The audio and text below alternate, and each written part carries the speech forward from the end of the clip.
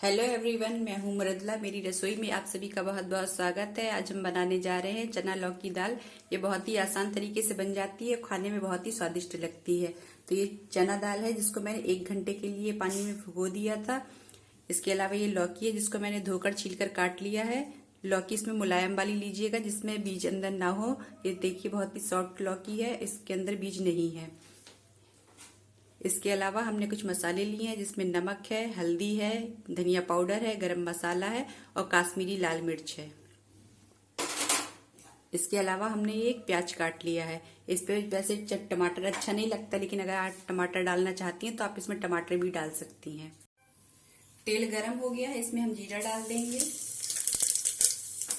इसके बाद ही हम इसमें प्याज डाल देंगे। इसको थोड़ा सा हम पकाएंगे।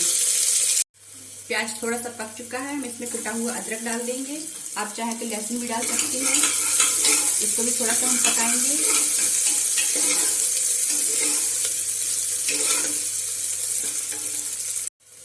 अदरक पक चुका है। इस मसाले में हमने हरी मिर्च काट के डाल दी है। आप चाहे तो लाल मिर्च का भी इस्तेमाल कर सकती हैं। इसमें थोड़ा सा हमने पानी डाल दिया था मसाले में। अब इसको हम पका लेंगे। थोड़ा सा और मसाला इसमें लगा हुआ है, इसको भी हम घोल कर इसमें डाल देंगे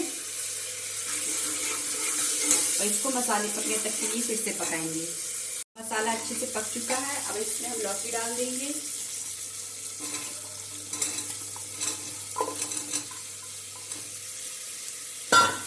और इसमें हम ये दाल डाल देंगे और साथ में ये वाला पानी भी डाल देंगे, क्योंकि इसको 1 घंटा ही हुआ है फूलने हुए, तो ये पानी अभी अच्छा है।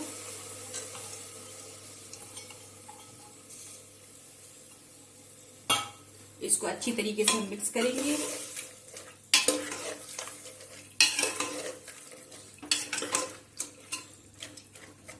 अब इसमें हम थोड़ा सा और पानी डालेंगे।